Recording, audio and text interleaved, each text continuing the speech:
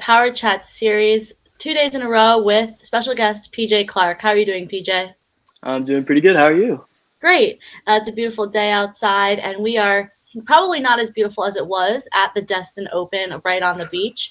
That's what we're here today for, the post show of the Destin Open hosted by Holly Ham. And PJ performed really well there, taking home. Why don't you tell them? How did you do there? I won the 18 plus forms and weapons grants divisions. So congratulations are in order. And you actually are just turned 18, so this is your first full year competing in the adult division. Why don't you tell me a little bit about the competition that was there and the people you had to go against? Some of the competition was really pretty good. We had a couple traditional guys. Drew Bisbee. I mean, he's an overall strong, very solid technical competitor, and so especially with me being more like CMX competitor, it was really a toss up for both of those divisions, forms and weapons grants. I mean, he was on me the whole time. Now, what are your thoughts? And not all tournaments like this one separates between traditional and CMX for the overalls. What are your thoughts about that, and how do you approach it as a competitor? You mean like the separation of traditional and extreme? hmm Um, I think both divisions, they're very different in many ways. So, I mean, I guess it's really comes down to like your opinion or the promoter's opinion on the matter. Um, I would say like for me, I think it's really hard to judge, both of them side by side just because they're really different in many ways. hmm Traditional is, it's a lot more technical, a lot more strong. And of course, you can have those things in CMX, but I think it's harder to have those things in the CMX division. Um, so, yeah. Okay. All right. And so this is your third year competing at the Open. Overall, what were your thoughts on how it ran, location, things that people might consider when deciding, do I want to go to this tournament? I would say it's definitely in a great location, definitely a great tournament to go to. It's got a really good atmosphere. It's during summer. You get to go to the beach. I mean, you're really right there on the beach. So the location definitely plays a big role in going to the tournament. And then just the atmosphere and the competitors, the competition, the judges. I mean, they were all great. All good attitudes. It was ran very smooth.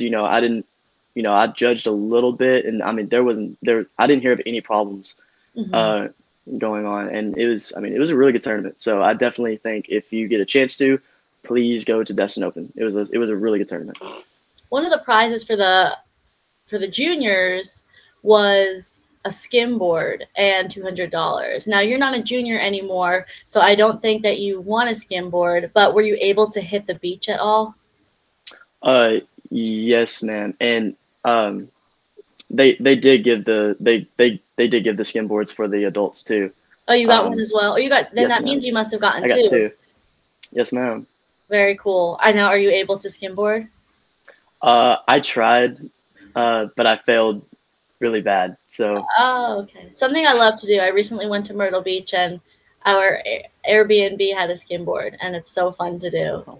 Even though I wiped out multiple times, but hmm it's always nice to have a tournament in a place where you can kind of decompress or relax after. Are yes, you ma'am. are you superstitious at all about pre-competition rituals? Like, will you go to the beach? Will you not go to the beach? Um, so a little funny story about that. We decided to go early so that we can get some beach time in, and I went with my aunt, one of her friends, and so my parents like weren't exactly with me to like be on me 100%. So when I went to the beach, I decided not to put on sunscreen. Oh So I got no. really bad burn and started like peeling. So the gi just kind of like started tearing at my shoulders. Um, and I definitely learned my lesson. I will say it did make competing a lot harder. It was pretty painful, but luckily I was able to pull through in the end.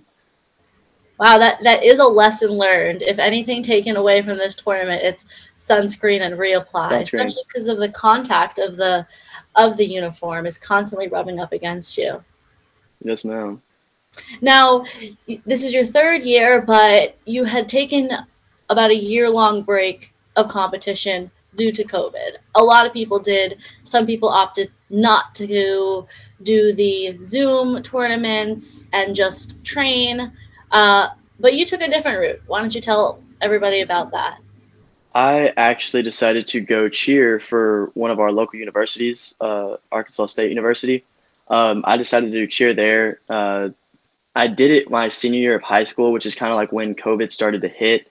And then I decided to go ahead and try out for my college, and I made it. And it's just kind of been a really interesting journey ever since. It's a lot different from sport karate, but there's a lot of the same like rituals and aspects from sport karate that also go into cheer. So it was pretty interesting to learn.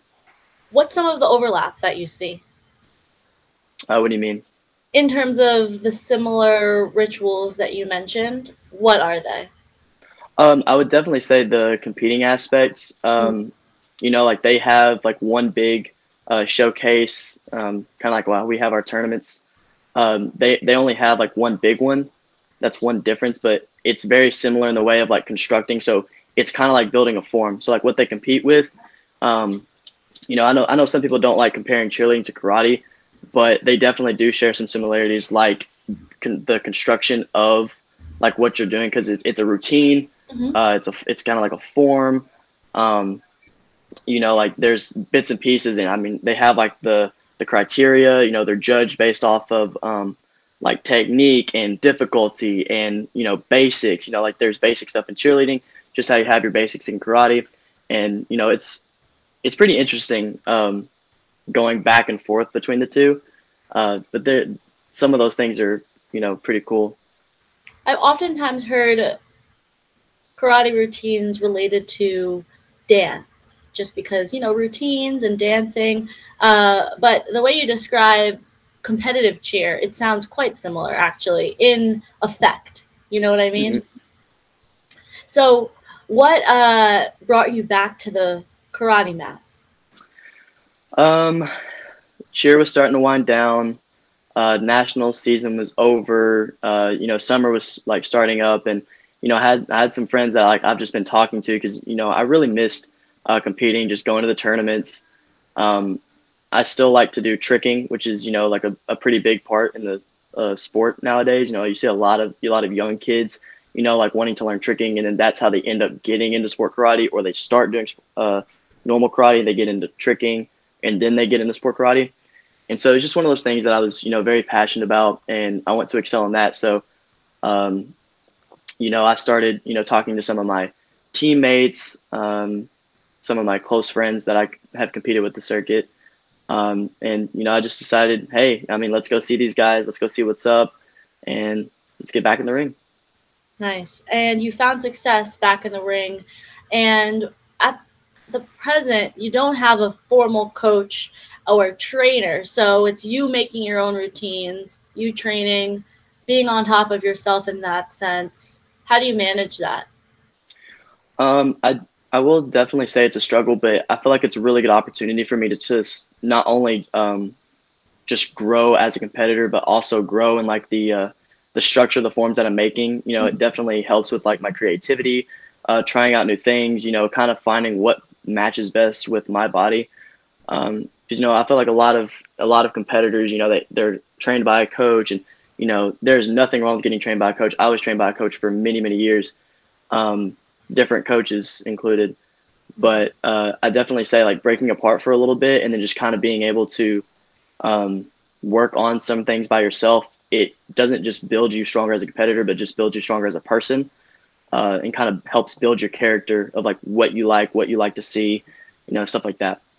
And it takes more scrutiny because I know that with a coach, it's helpful to have someone who's watching you because it's hard to remove yourself from the routine and see something that you might not feel. How do you figure out a way to see places that you can improve on? Um, I would definitely say I film myself all the time, and I compare them to like I like to watch a lot of forums. I was actually watching a lot of people's forums on my TV earlier, Mm. for like a full hour, just seeing like what looks good, what like bits and pieces do I like? You know, like can I make it look similar? Can I add my own twist on it? You know, it's a bunch of little aspects of it that like all go into like the full thing. Mm-hmm. But I like recording myself, watching myself. You know, does this look good? Does this have the right style that I'm trying to match? Is this is a judge gonna like it? Is like how is this gonna go against my competitors? So it's a lot of like little things, but definitely like watching myself and then watching my like higher competitors from that I never got a chance to compete with, but definitely with like some of the top dogs. Yeah, it sounds like it's a truly immersive experience that, you pay a trainer for 1 hour or 2 hours of their time, and then that's what you get from them. Whereas you're there with your TV on, and you can put that time in to figure out what it is that works for you. Now, what does your training schedule look like? Um, I'm not gonna lie, I've been slacking. I've been slacking on my training schedule, but I do try to train at least 2 to 3 times a week. Like it's never an excuse to have adult things going. Like I mean, I understand like some people have like a lot of really heavy things going on, but like I got a job, I'm still doing school, so I definitely would say I don't have as much time like free time as I did have, Mm-hmm. but I do try to at least whether if it's just I try to do forms training 2 to 3 times a week, and then I try to go to the gym some and um, go to like my local tumbling gyms and work on tricking and work on like uh, combos and stuff like that. You said you attend Arkansas State University. What do you study there? I'm currently studying multimedia journalism. It's a journalistic degree. I'm hoping to graduate from Arkansas State and then hopefully move to Mississippi State, or really, I guess, wherever school takes me, Mhm. to go into some department of geosciences to be a meteorologist. That's awesome. Well, my next job is a multimedia journalist. Oh, wow. Okay, cool. But that's refreshing to hear someone excited to go into the industry. Um, awesome. Now, you are going into your sophomore year, juggling a regular job, school, and competition. How do you foresee martial arts playing into your future? Um, I'm just gonna.